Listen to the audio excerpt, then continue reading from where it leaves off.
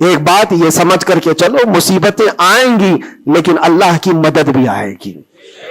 ہاں، ہر اندھیرے کے بعد اجالا ہوتا ہے. ان مع العسر یسرا، اللہ قرآن میں فرماتا ہے ہر تکلیف کے بعد آسانی ہے، ہر تکلیف کے بعد آسانی ہے. اور میں تو ذہن میں یہ پریپیئر کر کے رکھا تھا، ذہن میں دماغ میں یہ بات بٹھا کر رکھا تھا، آزاد ہونا نہ ہونا یہ اللہ کی مرضی پر ہے، لیکن اگر مر کر کے میری لاش بھی باہر آتی تب بھی مجھے اس بات کا اطمینان تھا جو بات ہمیں کہنی تھی وہ ہم کہہ چکے. انشاءاللہ رب تبارک و تعالی ہماری ان باتوں کو بچوں تک یہ محفوظ بھی کرائے گا.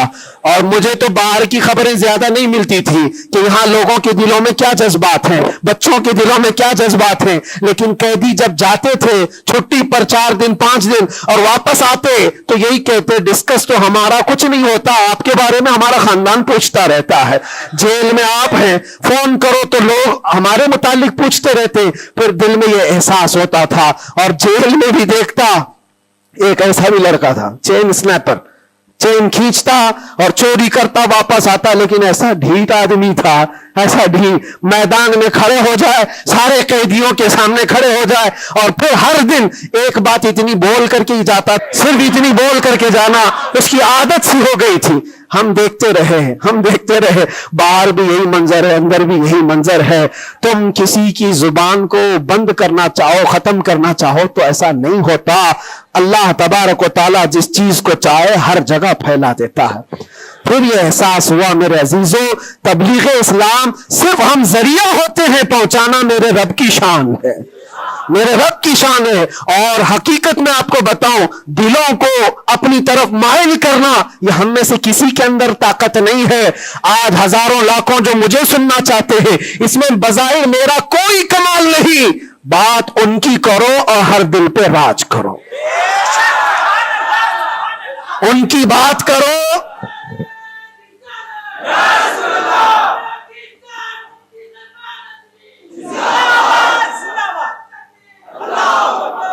اسی لیے آج کے حالات میں آخری باتیں عرض کر رہا ہوں.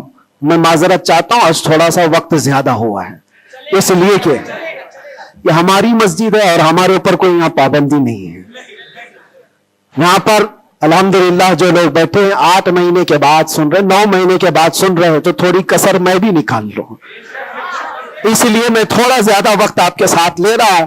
ان حالات کے ساتھ جو آپ کو فیصلہ لینا ہے میرے عزیزوں، سوچ سمجھ کر کے اپنا مطالبہ بھی تو رکھو، اپنا مطالبہ بھی رکھو کہ ہم ان لیڈروں کے ساتھ کھڑے ہیں جو 500 روپے بانٹ کر کے گلے میں پٹے ڈلوا کر کے ہمیں نعرے لگوا کر کے گھما لے. بس نہیں، ہمارا مقصد اور ہمارا مطالبہ اتنا ہو، ان حکام، ان لیڈروں کے پاس یہ بات رکھو، میرا گھر میرا محلہ نہ بنا پایا تو کوئی بات نہیں، لیکن اتنا وعدہ کرو کہ میرے مصطفیٰ کی عزت پر جب بات آئے تو تم ڈٹ کر کھڑے رہو گے.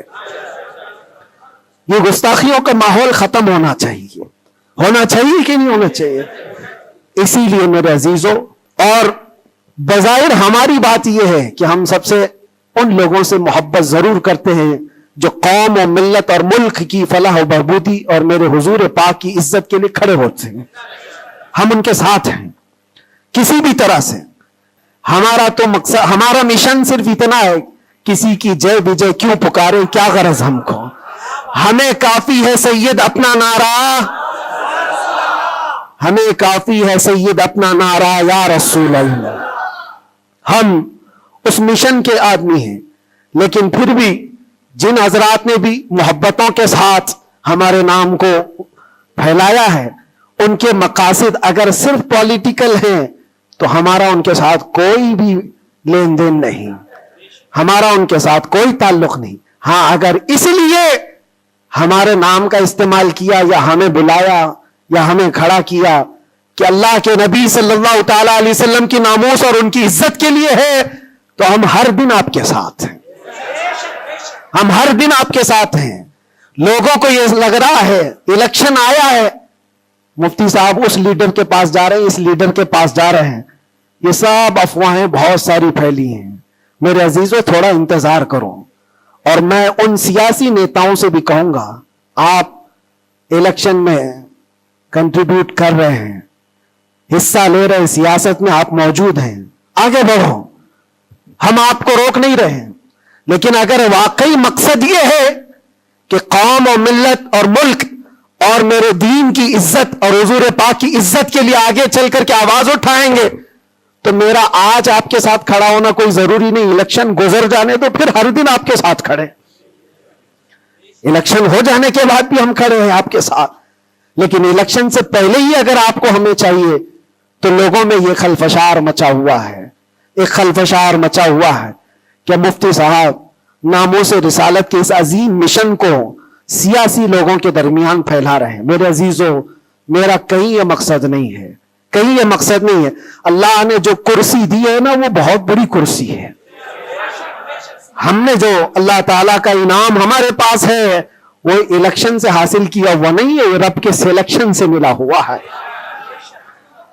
ہمارے پاس اللہ تبارک و تعالیٰ کا دیا ہوا انعام کافی ہے, لیکن ان سیاسی حضرات کے ساتھ ہمارا تعلق اسی لیے ہے کہ آپ آواز بلندی کے ساتھ اٹھا سکتے ہو اور سسٹم میں آپ بیٹھ کر کے اپنی قوم, ملک, سب کی فلاح و بہبودی کی بات کر سکتے ہو. اس لیے ہم کھڑے ہیں, اس لیے نہیں کہ آپ 500,000 روپے دے دیں گے, اس لیے نہیں کہ آپ ہمارا گھر, گاڑی, بنگلہ خرید کر کے کچھ دے دیں گے.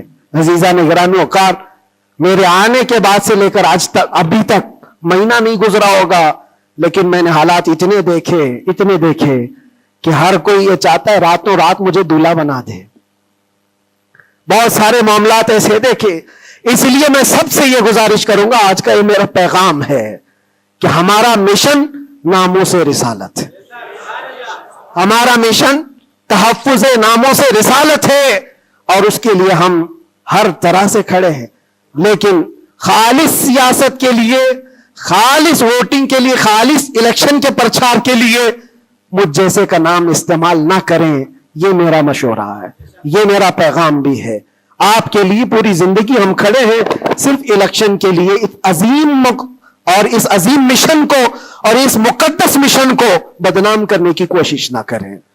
ہاں, پولیٹیکل جس انداز میں بھی آپ کو مدعے اٹھانا ہے اٹھائیں, لیکن حضور پاک صلی اللہ تعالیٰ علیہ وسلم کی عزت کا یہ جو مشن ہے, ناموس رسالت کا مشن ہے, اس کو صرف یوز کرنے کے لیے استعمال نہیں ہونا چاہیے, بلکہ جو بھی بندہ مومن کھڑا رہے گا وہ اپنی جان کے ساتھ کھڑا رہے گا, تبھی اس کا ایمان ہے, تبھی وہ اس کا ایمان ہے. اور اگر آپ مجھے یہ کہتے ہیں کہ آپ حضور پاک کے اس ناموس رسالت کا مسئلہ لے کر چلتے ہیں, قسم رب ذوالجلال کی, اس کے پیچھے میرا کوئی دوسرا مقصد نہیں ہے.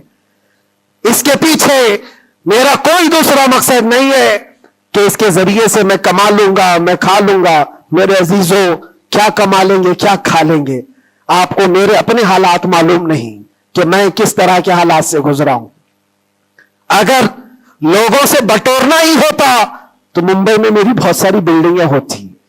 میں تو کرائے کے گھر پہ رہتا ہوں. میرے عزیزوں, میں اس چیز کا قائل نہیں ہوں کہ اس عظیم مشن کو اپنے مفاد اور ذاتی فائدے کے لیے یا دنیا بنانے کے لیے استعمال کیا جائے. میرا اس میں کوئی مقصد پنہا نہیں. مقصد صرف اتنا ہے کہ کل بروز قیامت رسول پاک صلی اللہ تعالی علیہ وسلم کی نظر ہم پر پڑے, تم ہنس کے کہے جانا دیوانہ ہے دیوانہ. بس میرا مقصد یہ ہے, اتنا ہے کہ نبی پاک صلی اللہ تعالی علیہ وسلم کی نظر عنایت ہو, ارشاد فرما دے کہ فرشتوں چھوڑ دو اس کو, یہ میرا دیوانہ ہے. بس اس مقصد کو لے کر ہم چلتے ہیں. اور اللہ کے نبی صلی اللہ تعالی علیہ وسلم وہ عظیم غیرت مند رسول ہیں. میں نے دیکھا میرے عزیزوں, دنیا مجھ سے چھوٹ گئی تھی, ہر طرح کے رابطے بند تھے. میں گھر سے بھی بات نہیں کر سکتا, بچوں سے بھی بات نہیں کر سکتا تھا.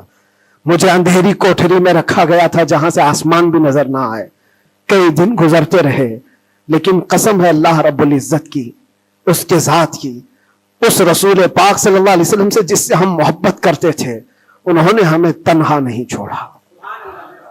میرے مصطفیٰ نے تنہا نہیں چھوڑا. ہم نے جو وہاں دیکھا ہے وہ بیان سے بھی باہر ہے.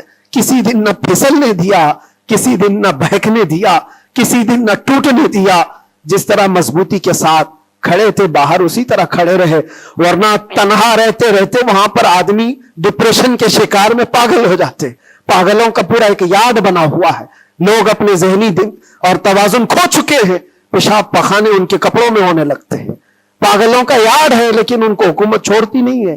جو جیل میں پاگل ہو گئے ان کے لیے بھی ایک یاد ہے. ایسے کتنے لوگ ہیں ان کو دیکھ کر گھبراہٹ تو ہوتی تھی، لیکن پھر تنہائی میں جب میرے مصطفیٰ کریم صلی اللہ علیہ وسلم کو یاد کرتے ہیں تو پھر وہ اپنے چہرے جمال جہاں آرا سے جو مشرف کرتے، جو انعامات دیتے تھے، وہ میرے لیے کافی ہے. اس کے بعد پھر کسی چیز کی حاجت نہیں ہوتی تھی. پھر وہ صحابہ کی بات یاد آتی تھی، وہ صحابہ کی بات یاد آتی. ایک خاتون مدینے کی جنگ احد میں جن کے باپ شہید ہو گئے، جن کا بھائی شہید ہوا، جن کا شوہر شہید ہوا، بیٹا بھی شہید ہوا، ایک جنگ میں 4 لوگ شہید ہوئے. وہ عورت کہتی ہے مجھے ایک بار رسول اللہ کو دکھا تو دو، میرے آقا سلامت ہے یا نہیں؟ وہ کہتے ہیں صحابہ کہ ہاں وہ سلامت ہے. وہ خاتون میرے مصطفیٰ کے چہرے کو دیکھتی ہے اور اس کے بعد کہتی ہے کل مصیبت بعدک جلل یا رسول اللہ، اے اللہ کے رسول آپ کے ہوتے ہوئے ہر مصیبت حل کی ہے. آپ اگر سلامت ہیں تو ہر مصیبت چھوٹی ہے.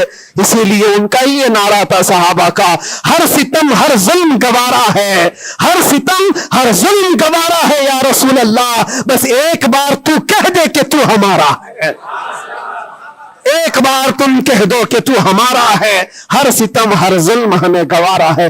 اللہ کریم ہم سب کو حضور پاک کی محبت میں جینے مرنے کی توفیق عطا فرمائے.